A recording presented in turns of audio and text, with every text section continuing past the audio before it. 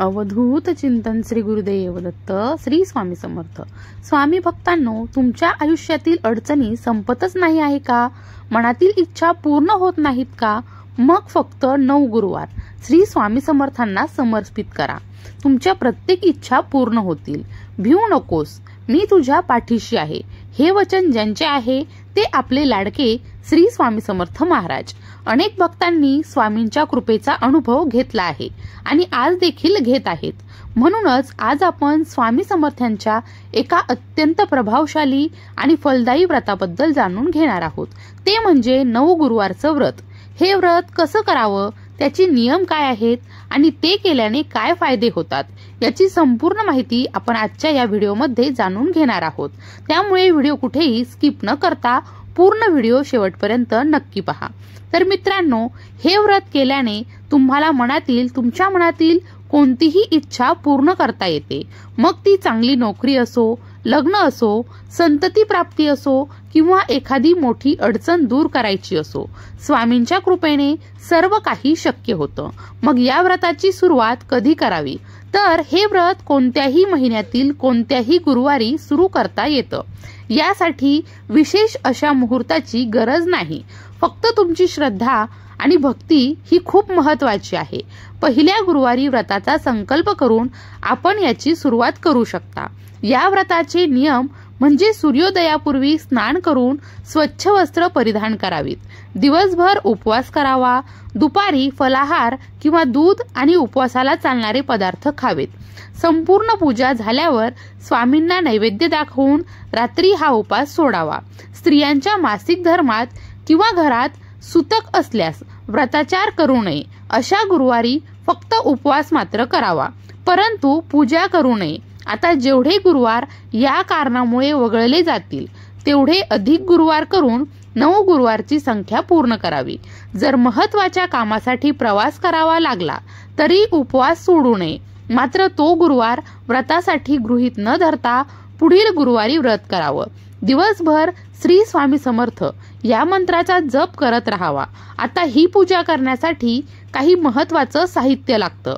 त्यासाठी चौरंग, स्वामी समर्थांची मूर्ती किंवा प्रतिमा, दिवा, सुगंधित अगरबत्ती, धूप, हळद, कुंकू, अक्षता, तुळशीपत्र, पाण्याचा तांब्या, पळी, अष्टगंध, जानवं, गुलालाची, चंदन, विविध प्रकारची फुलं, कापसाची 2 वस्त्र, गुळ खोबऱ्याचा नैवेद्य, 1 नारळ, पानाचा विडा, गणपती पूजनासाठी सुपारी आणि दुर्वा, बेलपत्र, फुलं, शंख आणि घंटा। आता संकल्प कसा करावा? तर फक्त पहिल्या गुरुवारी व्रताचा संकल्प करावा। यासाठी आपल्याला आसनावर बसून कपाळावर अष्टगंधाचा टिळा लावा, उजव्या हातात गंधयुक्त अक्षता घ्या, थोडं पाणी आणि तुळशीपत्र घेऊन आपल्या इच्छित कार्याचा संकल्प करावा। म्हणजे मनामध्ये आपली इच्छा स्पष्टपणे स्वामींना सांगावी आणि ते पाणी ताटामध्ये सोडावं। त्यानंतर प्रत्येक गुरुवारी याच पद्धतीने पूजा करावी। सकाळी लवकर उठून स्नान करावं, स्वच्छ वस्त्र परिधान करावे, देवघराजवळ स्वच्छ करावं, स्वच्छता करून घ्यावी। चौरंगावर पांढरे वस्त्र अंथरून त्यावर स्वामी समर्थांची मूर्ती किंवा प्रतिमा ठेवावी। आपल्या उजव्या बाजूला चौरंगावर गंध अक्षता ठेवून त्यावर गणपती पूजनासाठी सुपारी ठेवावी। उजव्या बाजूला घंटी आणि डाव्या बाजूला शंख ठेवावा। चौरंगा शेजारी समई लावावी आणि सुगंधी अगरबत्ती आणि धूप लावावा। यावेळी वक्रतुंड महाकाय सूर्यकोटी समप्रभ निर्विघ्नं कुरु मे देव सर्व कार्येषु सर्वदा हा मंत्र म्हणून गणपतीला नमस्कार करावा। घंटा वाजवून घंटेला सुद्धा हळद, कुंकू, अक्षदा, गंध, फुलं अर्पण करून अगरबत्ती, धूप दाखवावा आणि दिवा ओवाळावा।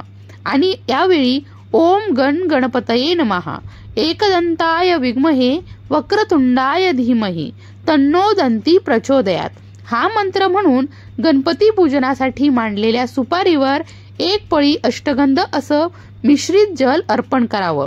सुपारीला चंदन लावून हळद कुंकू वाहावं। दुर्वा, लाल फुलं, बेलपत्र, कापसाची 2 वस्त्र, जानवं, अक्षता अर्पण करून नमस्कार करावा। त्यानंतर स्वामी समर्थांचे पूजन करावं. स्वामींच्या प्रतिमेला हळदी कुंकू वाहावं, फूल अर्पण करावी. श्री गुरु स्वामी समर्थ अष्टोत्तर शतनामावली वाचून स्वामींच्या प्रत्येक नामाबरोबर एक तुळशीपत्र मूर्तीला अर्पण करावं. धूप, दीप, तुपाचा दिवा लावावा आणि गुळ खोबऱ्याचा किंवा इतर गोड नैवेद्य दाखवावा. 9 गुरुवार व्रताची कथा वाचावी. दिवसभर श्री स्वामी समर्थ, जय जय स्वामी समर्थ या मंत्राचा किंवा तारक मंत्राचा जप करावा. त्यानंतर स्वामींची आरती करावी. पूजा झाल्यानंतर स्वामींना नैवेद्य दाखवून तो ग्रहण करावा आणि रात्री उपवास सोडावा. आता असे 8 गुरुवार व्रत केलं तर 9व्या दिवशी व्रताची सांगता करावी. तर असे 9 गुरुवार पूर्ण झाले तर 10व्या गुरुवारी म्हणजे त्या पुढच्या गुरुवारी व्रताचे उद्यापन करावे. उद्यापनाच्या दिवशी 5, 7, 11 किंवा अधिक व्यक्तींना घरी बोलावून त्यांना भोजन द्यावं. त्यामध्ये कुमारिका किंवा सुवासिनी किंवा पुरुष शक्य असल्यास त्यांना वस्त्र किंवा गरजेच्या वस्तू देखील दान कराव्यात. स्वामींना नैवेद्य दाखवून सर्वांना प्रसाद द्यावा. तर हे व्रत पूर्ण श्रद्धेने आणि नियमानुसार केल्यास स्वामी समर्थ महाराज तुमच्या इच्छा नक्कीच पूर्ण करतील. अनेक भक्तांनी या व्रतामुळे अनुभव घेतले आहेत आणि त्यांचे दुःखे सुद्धा दूर होऊन सुख शांती मिळाली आहे. निशंक होई रे म्हणा, निर्भय होई रे म्हणा. स्वामी समर्थ माझ्या पाठीशी उभे आहेत. या स्वामींच्या वचनावर विश्वास ठेवा आणि हे व्रत नक्की करून पहा. तुमच्या आयुष्यात देखील सकारात्मक बदल नक्कीच घडतील. तुमचे अनुभव मात्र मला कमेंटमध्ये शेअर करायला विसरू नका. आणि हो, तुम्ही हे 9 गुरुवारचं व्रत कधी केलं आहे का किंवा करण्याचा विचार करत आहात का? आणि तर तुमचे अनुभव आणि संकल्प मला कमेंटमध्ये नक्की सांगा. हा व्हिडिओ जास्तीत जास्त स्वामी भक्तांपर्यंत शेअर करायला विसरू नका. बोला श्री स्वामी समर्थ. अशाच प्रकारे सणावारा संबंधित व्रतवैकल्य असतील, उपासना असतील, पूजाविधी संबंधित आणखी काही माहिती जर तुम्हाला हवी असेल, त्याचबरोबर वास्तुशास्त्र, ज्योतिषशास्त्र, अंकशास्त्र यासारख्या विषयावर तुमच्या मनात काही शंका असतील तर त्या कमेंट बॉक्समध्ये नक्की विचारा. शिवाय तुम्हाला आणखीन कोणत्या विषयावरचे व्हिडिओ ऐकायला आवडतील ते सुद्धा कमेंट करून नक्की सांगा. या संबंधित संपूर्ण मार्गदर्शन तुमच्यापर्यंत पोहोचवण्याचा माझा हा छोटासा प्रयत्न आहे.